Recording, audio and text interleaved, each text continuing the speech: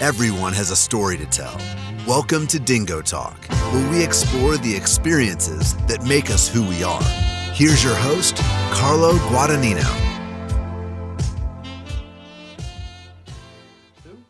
What's going on, Chuckleheads? I am Carlo Guadagnino. This is DingoTalk, and welcome to week 5 of the... No, week 4. Week 5. Let's restart. Yeah, it's fine. 5, 4, 3, 2... What's going on, Chuckleheads? I am Carlo Guadagnino. This is DingoTalk. Week 5 of the Division III college football season brings us to Union College and Coach Jon Poppe.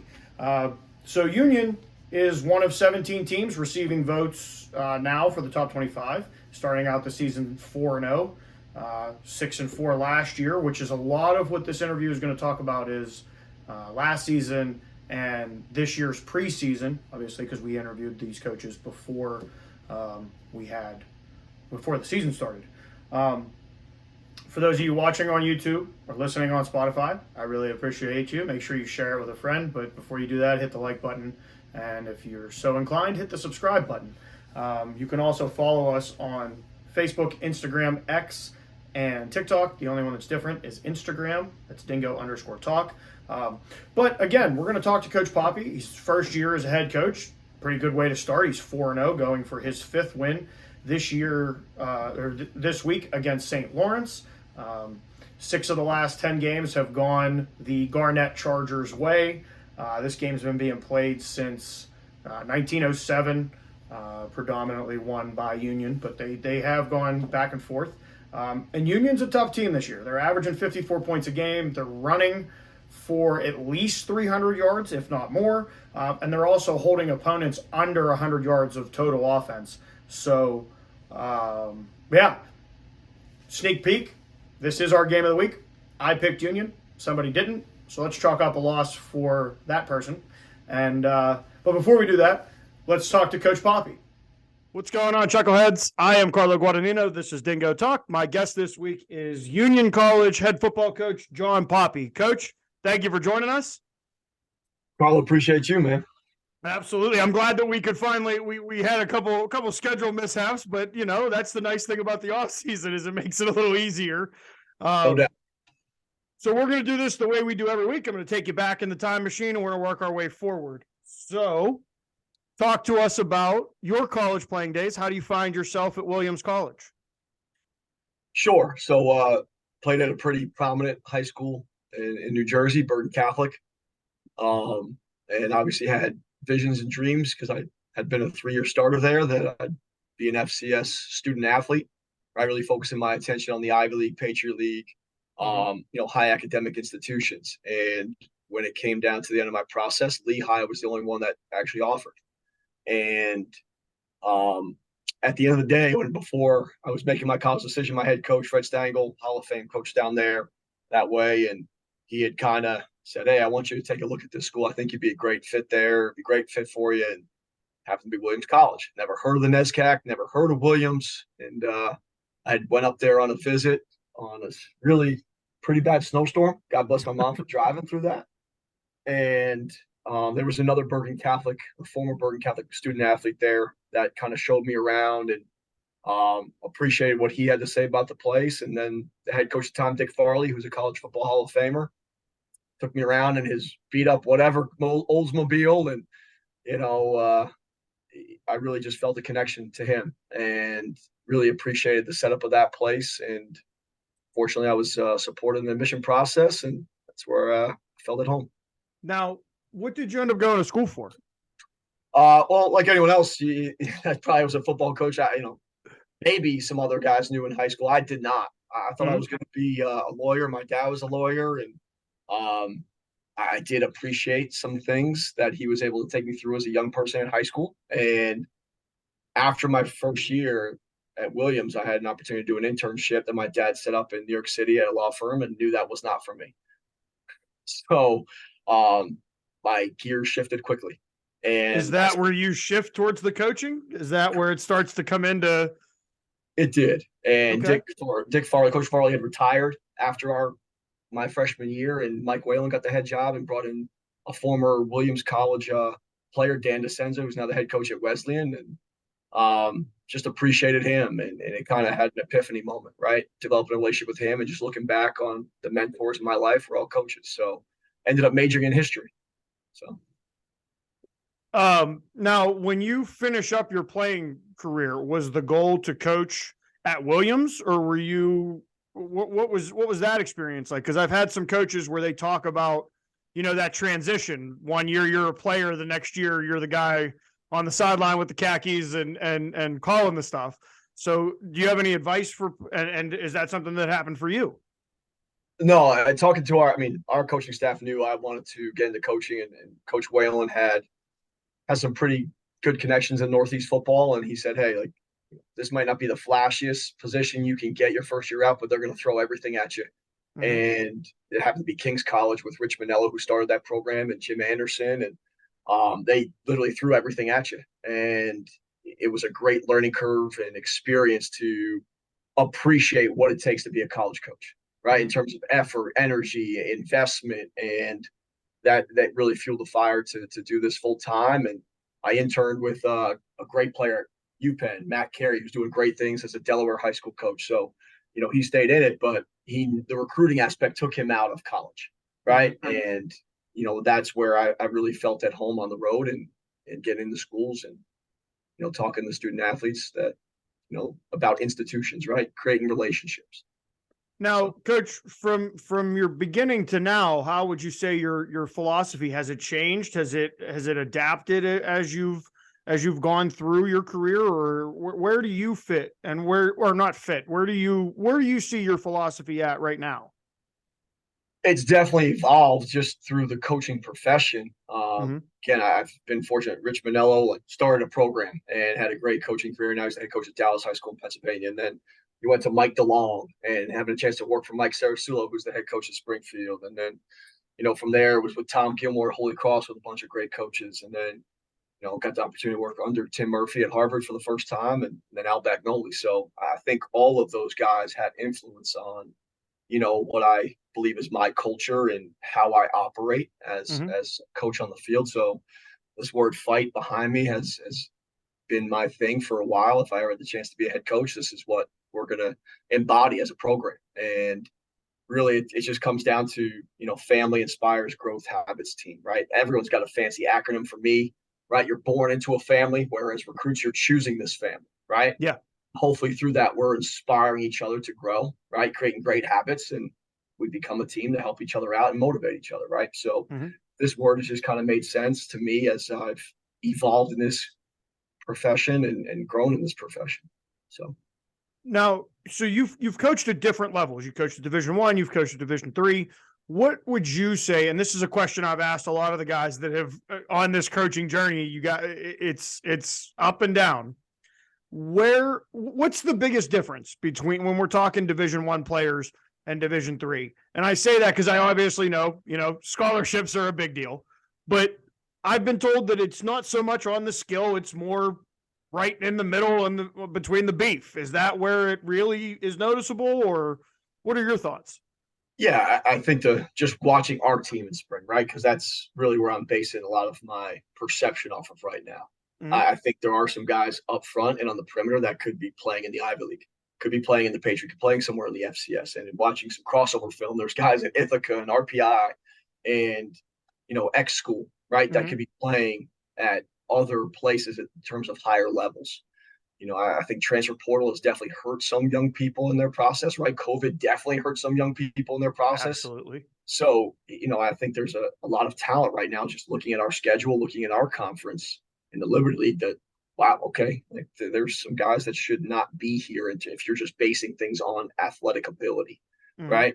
But in terms of recruiting, right, we talk about fit, not school, not a name, right? And some of these guys just felt Union was their fit and had opportunities talking to them at the FCS level, in terms of, Sacred Heart or Bryan, or even, maybe they did have a Cornell or Brown at some point and maybe just took too long to make a decision, right? Whatever the factors were. But there's definitely individuals who could. Now, top to bottom, the O-line, D-line definitely looks to be the true difference, I would say, between where I've been and where I'm at now. Now let's talk about where you are now. Why was Union where you felt it was the right place to take that next step in your career? Al Bagnoli was a great influence in going down this path and exploring this opportunity. Mm-hmm. Let's say I was not gung ho at the start, right? I didn't know enough about Union to be completely all in on being the head coach here. But through conversations with Coach Bagnoli, through Jim McLaughlin, our AD here, being a Union College alum and football alum here, Mm-hmm. was the passion in his voice was definitely a selling point to me, knowing that he's my day-to-day boss, right? Yeah. And having that vertical line with President Harris, right? He's an Ivy League NESCAC, experienced person, so he I think appreciates the student athlete experience at high academic institutions and colleges. Mm-hmm. The alumni network was really important to me here, and those men that make up our Gridiron Club really kind of sold me on the influence they can have on student athletes, and that's a big thing for me, right? In terms of where I've been, making sure the next 40 is phenomenal. At least you have that path to have an elite next 40. Those guys assured me that can be done here, and they've definitely stepped up and proved Mm-hmm. that. And then interview day, go figure, an hour with the players. That was unique and interesting. Talking to colleagues who have been through a head coaching interview process, they never once said, "Be ready for this." Wow. So that was pretty unique and interesting to know that I think it was 8 or 9 coaches that come on campus through this search. And Mm-hmm. being the last one, these guys were still, into it, right? They weren't tired. They were really passionate about finding the right person to lead their program. And that was definitely something that kind of put it over the edge at the end of the process. Now let's talk. So you get hired in January, right into spring ball. How did you touched a little bit on what spring looked like for you. How do you feel the spring went for Union, and where does that put us going into camp? Sure. So trimesters here. So we thankfully had some time to hire some coaches, take our time with that. And there's a great product out there called Just Play. They've made a lot of headways. TCU just invested in football last season, I think, with Coach Dykes giving them a big promotion. And Mm-hmm. it's a company that I've been familiar with since my Columbia days in 2016, when they really were just starting to go. That was huge, investing in that tool, and it's helped, I think, our players pick up the offense and defensive schemes a lot more cleaner before we even started spring ball, right? Mm-hmm. We can quiz them, we can do different things without even meeting with them, right? And they can text us questions and things like that. So spring was better than I thought it would have went, just based on having this tool, right? Mm-hmm. And I think initially, right, structure had changed in terms of practice, how we're moving from drill to drill. I think the way I operate was different. Nothing better, worse, just different than Coach Behrman, right? I'm a Mm-hmm. special teams guy by nature, so I'm going to coach everybody in that sphere of things and have a chance to see guys grow. And I think that's the biggest part, is that we did grow, and I think the guys have a clear understanding of what the expectation is, and we're hungry for a chance to compete for a championship, right? I think this team underachieved last year for whatever reason. I don't Mm-hmm. know. But anytime you have a guy that's entering an NFL camp at the D3 level, that's a special player, Yeah. which can't be replaced. So we'll do our best to kind of do right by them in terms of what we have and make sure we're maximizing skill sets in the program. But I'm definitely excited about the group of young people we have and the energy they've shown so far. Talk to us a little bit about Union itself. So trimesters as opposed to the normal, or I guess what the accepted is, the 12 weeks on both sides, 2 semesters, you come in. Explain that a little bit for us. So trimesters, we start school a little later. So we actually have our first day of classes midweek of game 2, going into game 2. Okay. And then it's 10 weeks long. And then you'll get a break for 8 or 9 weeks. And then you have another 10-week academic, kind of stretch. Excuse me. And then you have another 8 to 9 weeks off. And then that's our spring trimester. So now we go from basically it's early April to beginning of June. So we get out of school later too. But that also allowed us to push spring ball back, being the Northeast. That's a positive. Yeah. As the weather gets a little bit nicer, right? It's still pretty cold up in Schenectady, but I think the guys definitely appreciate us pushing that back. And we actually had some days where coaches could be in shorts, which was nice. And the big thing for me, having very little experience, but hearing how Dartmouth operated it, because they're the one Ivy League school with trimesters, that our student athletes can go abroad for a term. In the winter, where they traditionally just lifting and conditioning, right? We're not having much interaction with them on a day-to-day basis in an athletic way. So we're really trying to promote those guys to study abroad and take advantage of some of those opportunities afforded to them here because of our calendar. Well, and so let's put us in the room with you as you're sitting with a recruit or the family. What's that conversation going to look like for the upcoming classes that are going to be coming through your doors? Yeah, I mean, the big thing is elite academics and football, right? I mean, the tradition here is extremely strong from a football standpoint, and how long this institution has been around. And not many people know we started out in the NESCAC and then transitioned to D1 hockey. So naturally, we're not in the NESCAC anymore. So there is that alumni network that makes the NESCAC a special Division III conference available here, right? And then you think about football, 40 years, we've won over 70% of our games. So 40 years, you have 4 coaches, you've won 70% of the games. So whoever's sitting in the seat, apparently doesn't matter. You just win, right? And I like that. That's, a pretty unique thing as well, right? And, from our standpoint, we're young in terms of a staff here, or at least a blend of age. Defensive staff has a little bit more of the age than our offensive coaches right now. And I think that's great. You're getting 2 different perspectives. You're getting 2 different styles of energy, right? And the biggest thing I try to sell families is we're going to take care of you here in one way or another, right? We're going to make sure you grow, become a man here, and do things that are not always comfortable, right? In terms of community service, in terms of giving back to people that have it worse off than us. And that's a huge thing for me. And I think our guys currently have done a great job owning that. And I think a lot of young people are excited, and families are excited to hear that it's not just going to be, I'm doing this academic stuff, I'm doing this athletic stuff, and that's it. Right? We're going to put a little bit more on their plate and make sure that they are growing here that way. When they graduate, just like I learned at Harvard, life should be pretty easy until you have kids. Yeah. Yeah, that's now, Coach, you had mentioned the transfer portal earlier in the show. My question for you is, do you see that a lot? Have you seen that a lot? Is it active in Division III as it is in the other divisions? How is that? How is it different when you go through? And how do you? Oh, I got ahead of myself there. How do you use the portal if you are using it? I mean, from my standpoint, it's got to be a special circumstance. I'm a big believer in recruiting for, 4 full years, right, in terms of the high school, because the relationship's built. Now, if there's a guy we recruited who chose a place because of a name, right, or a higher level, and he decided it's not a fit, and he reaches back out to us, we'll definitely entertain that because we have that pre-established relationship. Yeah. Doesn't mean we're not going to call that head coach at that other institution and make sure that, he's transferring for the reasons he states. But for us, we're not really looking to invest in that at Union here. Like, we're really focused on the high school level and finding the guys that we want to develop and, run around with for 2 hours, a day in the fall or whatever season have you. Does it, being in New York, is it an advantage that there aren't Division II schools? So there's a little, like you said, there's some of those guys that you see that are playing at the Division III level in New York, the Liberty League, the Empire 8. Does that help in recruiting that there's not a Division II school to compete with in that way?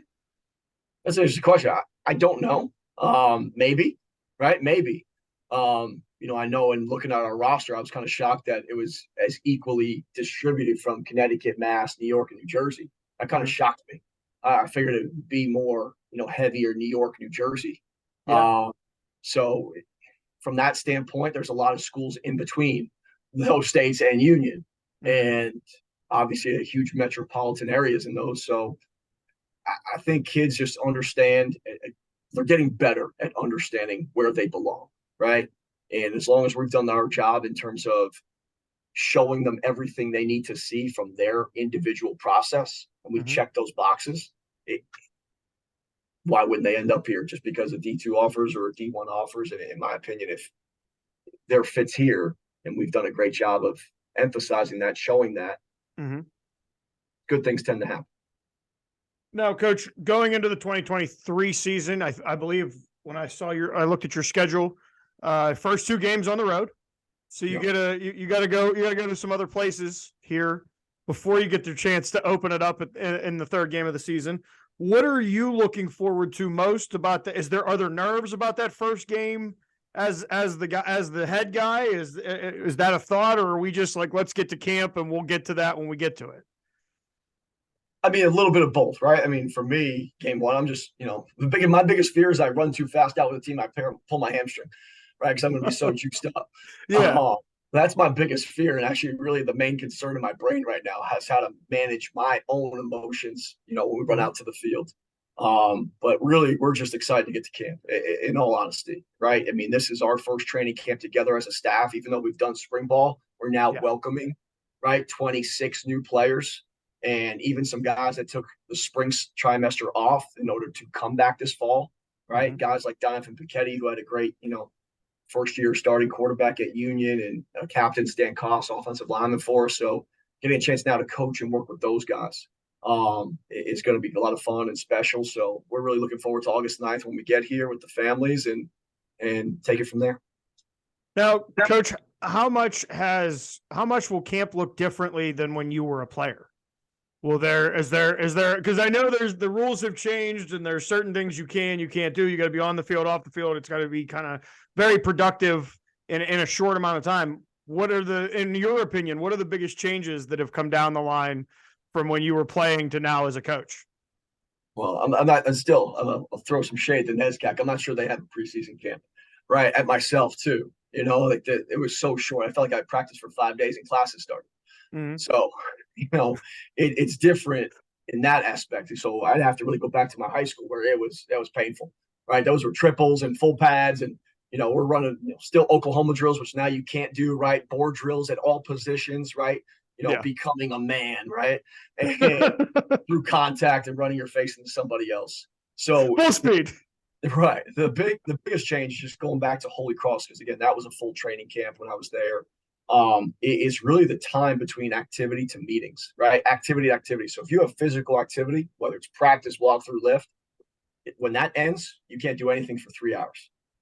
Like, that's a huge change, and one that, obviously I have to abide by. I'm not going to say I agree with it, because, why can't a kid meet 2 hours after a practice? Like, why can't we be in meetings? I don't understand that.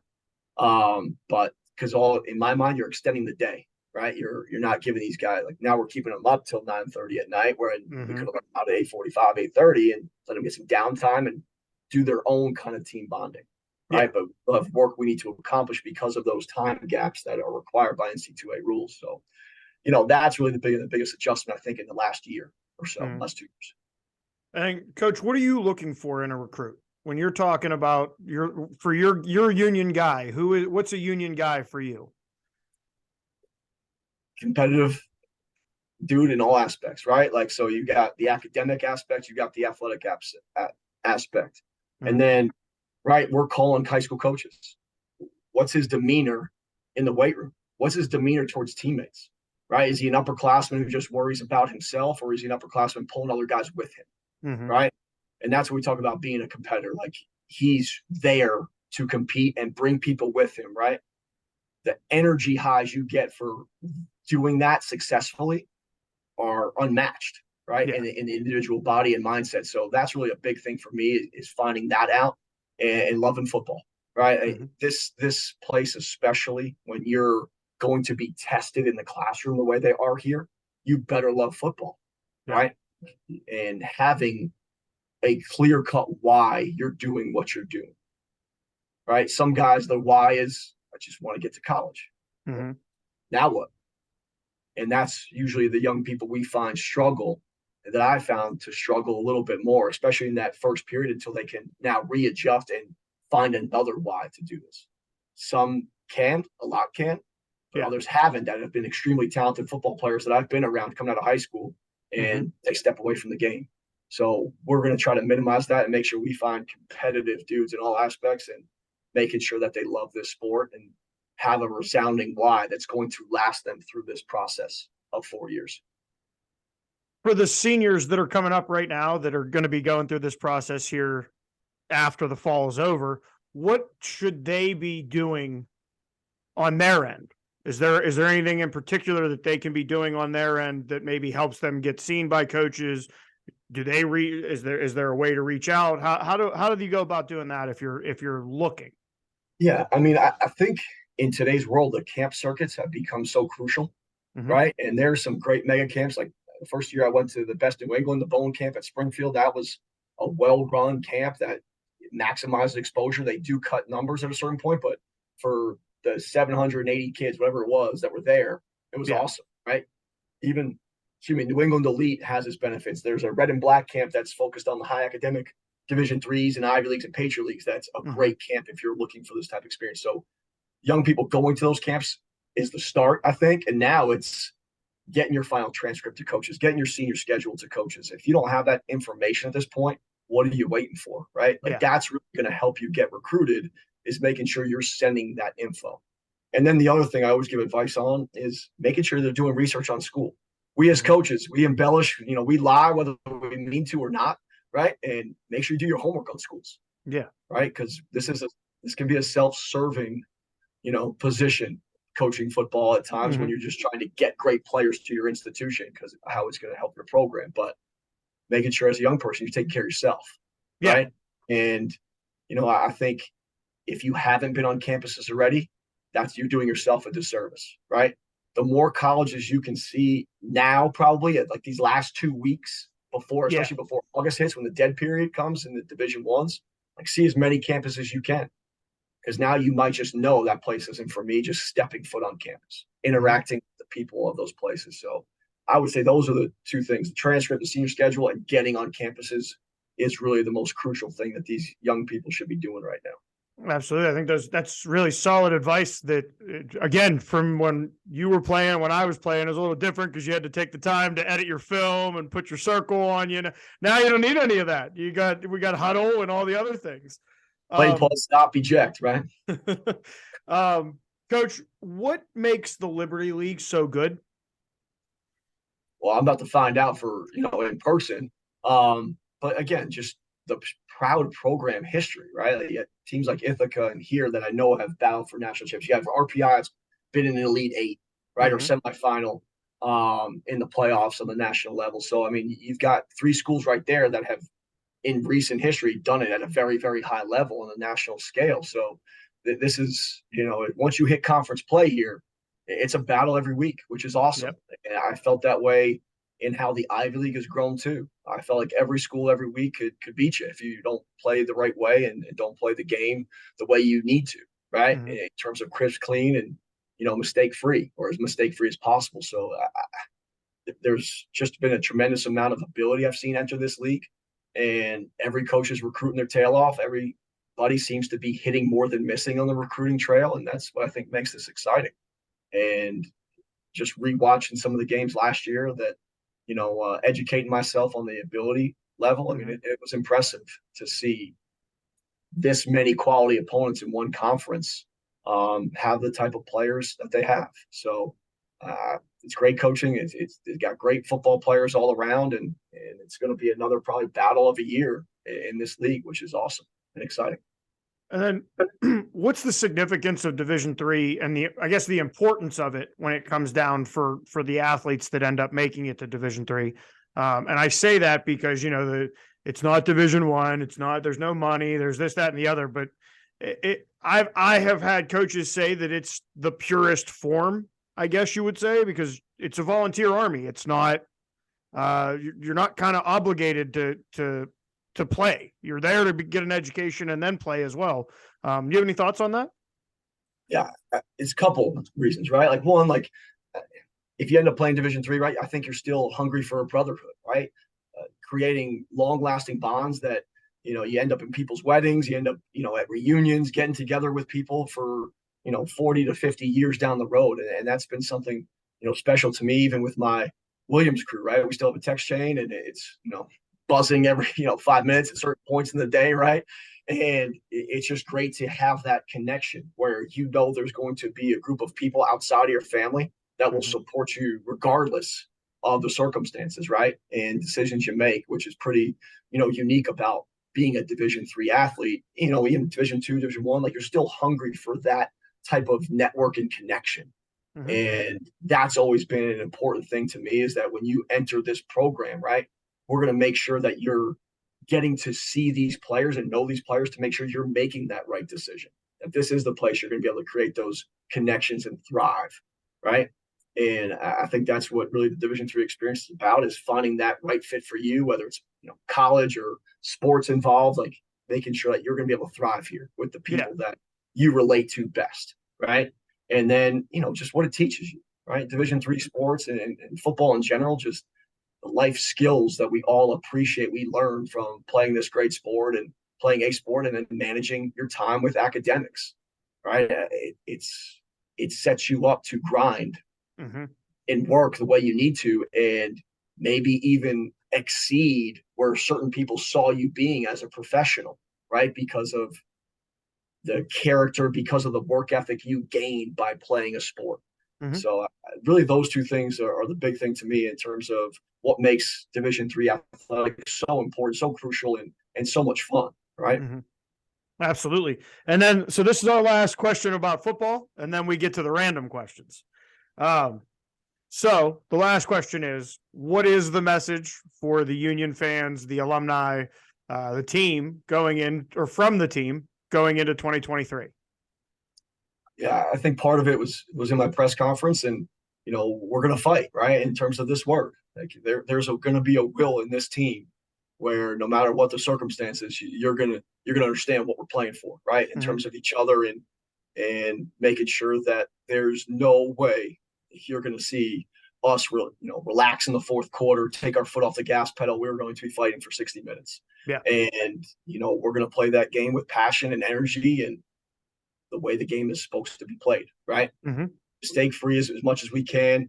Physical. That's one thing. We're going to be in all three phases, regardless, right, of your position. Even the punter is being told you're going to be physical, right?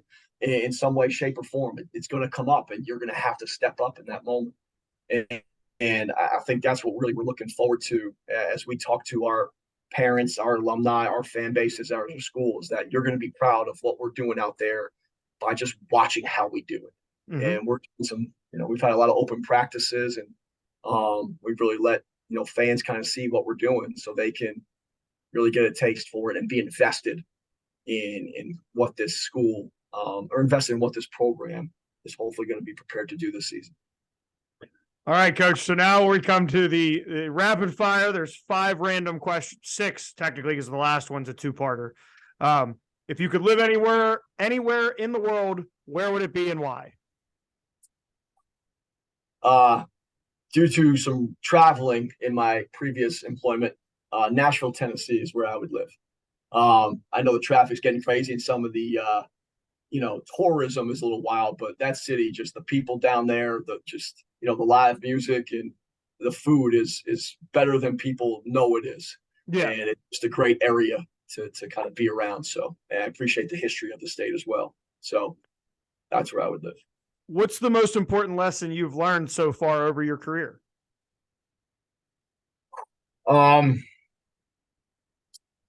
There's definitely been the aspect of it since the birth of my daughter, leave work at work. I think that's been the most challenging thing to do 100% of the time, for probably any coach, right?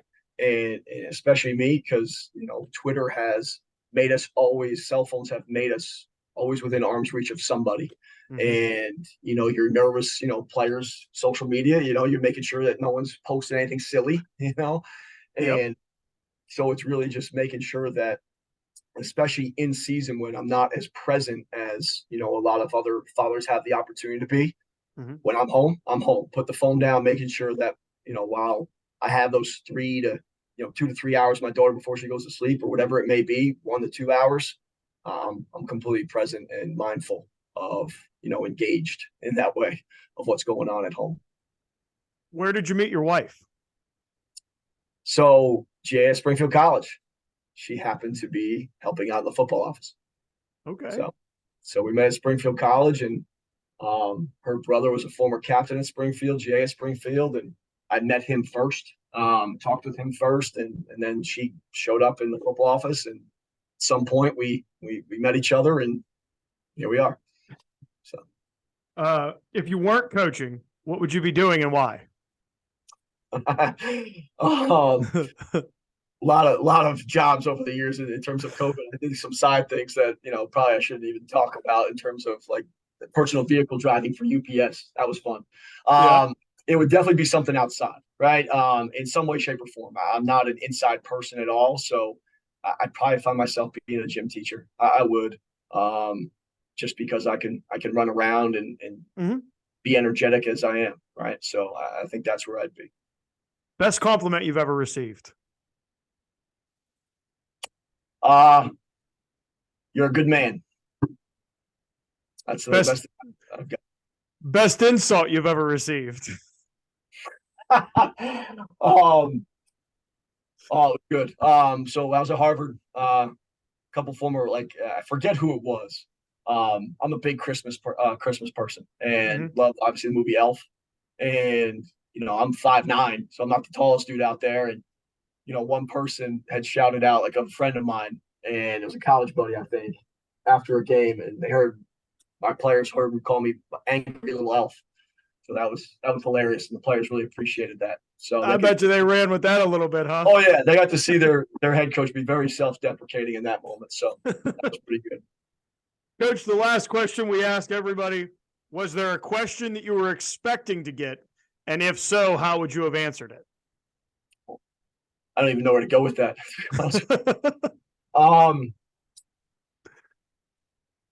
I guess the question I've been getting a lot, right, is how's the transition been? In terms of entering this program when I did, right, in the heart of recruiting, and obviously talking to other first-time head coaches as they've been comfortable or gotten comfortable, been established. Like, are you swimming? Like, no, because fortunately for me, right, Rick Flanders, who I've known through my entire coaching career, is the defensive coordinator that Coach Behrman brought with him 7 years ago. Was no question we were keeping him here, and he made life easier, right, with his veteran leadership and experience. And then you have a guy like Pete Brown, who's an alum here from class of 1983, and he's been Union through and through. So having those two guys here has been a tremendous support system for me as a first-time head coach in kind of a foreign land, so to speak, initially. And they definitely took on more than they probably had under Coach Behrman, just because of the transition and the change. But they've been tremendous in making this an awesome and seamless transition for me and my family. So. Well, Coach, I want to say thank you very much for taking the time to sit down with us. For those of you that are sticking around, we will be heading to overtime with Serenity Brown. But good luck this year in your first year in the Liberty League. And maybe we're talking this time next year, and it's a different conversation. We talk, maybe recap or see where it goes from there. Carl, I appreciate you anytime, and really thank you for what you do. Thank you, Coach. Awesome. Thank you. And we'll be right back, Chuckleheads. What's going on, Chuckleheads? I am Carlo Guadagnino. This is Overtime with Serenity Brown. That's Serenity Brown. Welcome back to week 5 of the Division III collegiate football season. We just finished up with Coach Poppe of Union College, the Chargers. Garnett Chargers. I had to look up what that meant, because I didn't know what Garnett was. It's a color. They've been that way for 150 years. Little factoid I found as I was prepping. Go ahead. What do you, any questions? Before we get into, I know I got to do the social medias. I got to say thank you to the people on YouTube and Spotify. If they want to hit the like and subscribe button, then we really appreciate it. Halfway through that already. I did it. You see how I did that? I was just going to roll with it. Before we get into the standings, is there any questions or comments, concerns that you have going into week 5? You already knew what my question is, but they didn't. So my question is, with the top 25 teams, how do they figure out who's the top 25? Because there's some teams in there that they've not lost yet since the season started, and they're not moving up there. Your W&J's, your Grove Cities, Utica, Union. the 4 teams that are receiving votes. That's what I mean. And 4 teams that are undefeated. So D3.com is a mix. It's a 25-person panel. It's a mixture of the sports information director, coaches, and different media personnel. They all kind of, as you're watching the games and seeing everything that's going on, you're basing it off of, and I used Mary Hardin-Baylor last week as an example. Yeah, they're 0-3, and it was big controversy that they were in the top 25. They played the number 4, number 7, and number 12 team in the country. Yeah. On that note, that's a strength of schedule gem for an athletic director. On the other side, if you're the D3.com guys, how do you keep them out of the top 25?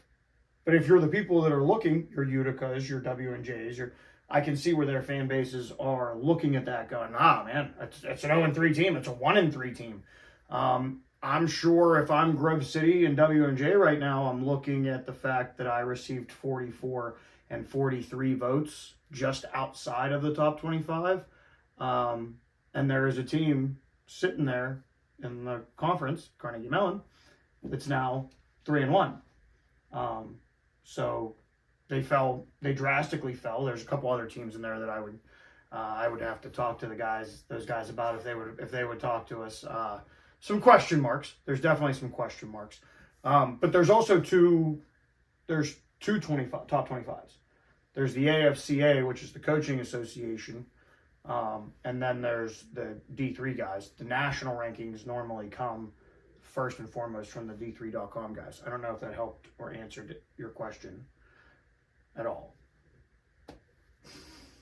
Basically, they watch the games, and whoever they think the best, like your competition and your, like, W&J has played a different schedule. You know what I mean? They went to St. Vincent, they went to Bethany, they went to Teal. You know, it's just, it's not, Mount Union, North Central, loading your schedule up with a bunch of top 25 teams. That's not the way the PAC is set up to work. So I think that kind of goes against them as well. Also, that is one of our games that we're going to pick is W&J and Grove City. So one of them will not be undefeated by the end of this week. Nice.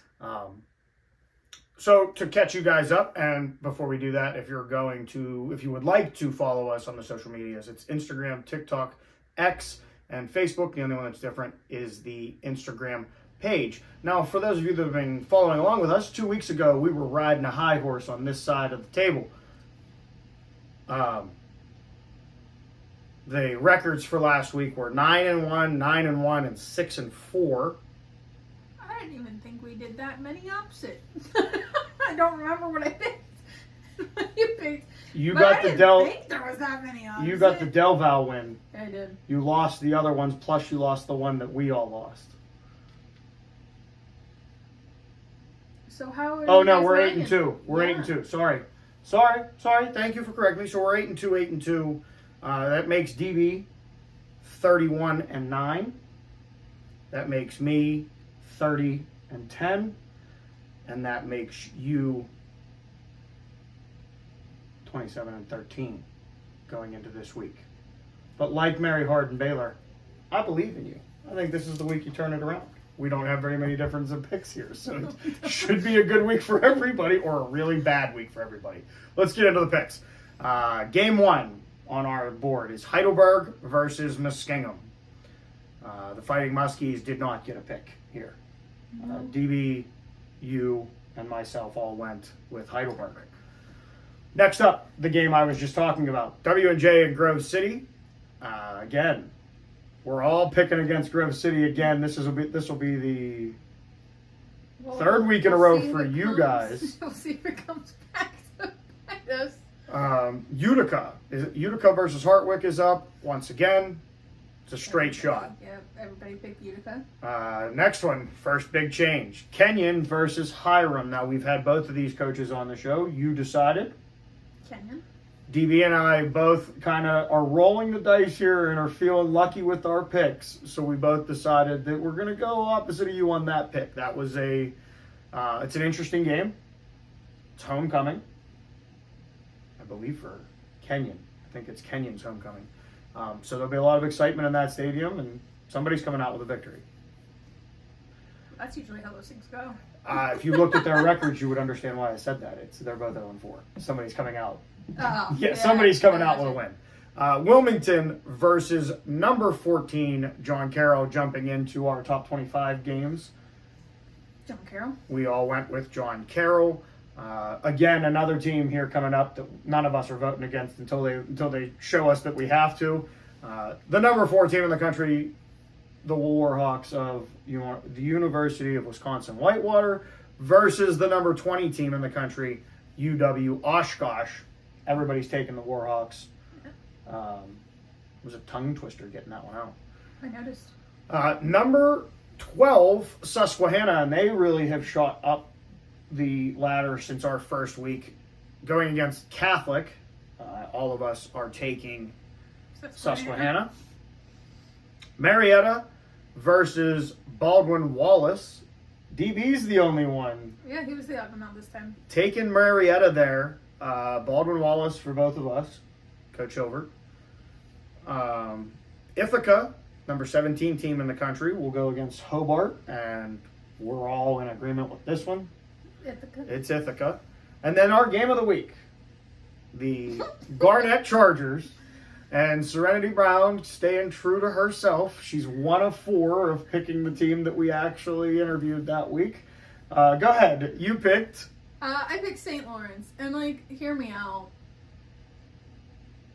We sat and we talked about what the two of them, and sometimes you just gotta pick the underdog. The things that she was omitting from that statement is things like, one, Coach Poppe has Union 4-0. First 4 games of his head coaching career, he's 4-0. They're putting up a lot of points. They're running the ball down people's throats, and they are not letting people get yards. So, but hey, I've been wrong on this show. 2 weeks ago, I was wrong, and it was painful, and I had to go to New York, and I had to eat crow from Uncle Tommy. Yeah. So, just know, you better be watching lately, because it hasn't been that way. We picked Union, DB and I. So that wraps up our picks for the week. And then, I can actually promo next week. We're heading back to the PAC. You and I are heading back to familiar ground. We're going to have to pick a game. Mm-hmm. And we'll cross that bridge when we get to it. Wanted to thank you guys for joining us this week. I don't know, you put a question? Did you put a question on this one? I didn't think so. No, there's not a question on this one. Please, if you see a question pop up on the Spotify, help us out there. Answer it. I just want to know if they work, because they work for me, but I'm the guy posting it, so I'm sure they're going to be there. But all right, we will catch you guys next week. Thanks for checking out this episode of Dingo Talk. Don't forget to rate, comment, and subscribe. For more info and to contact the show, you can find us on Twitter @DingoTalk.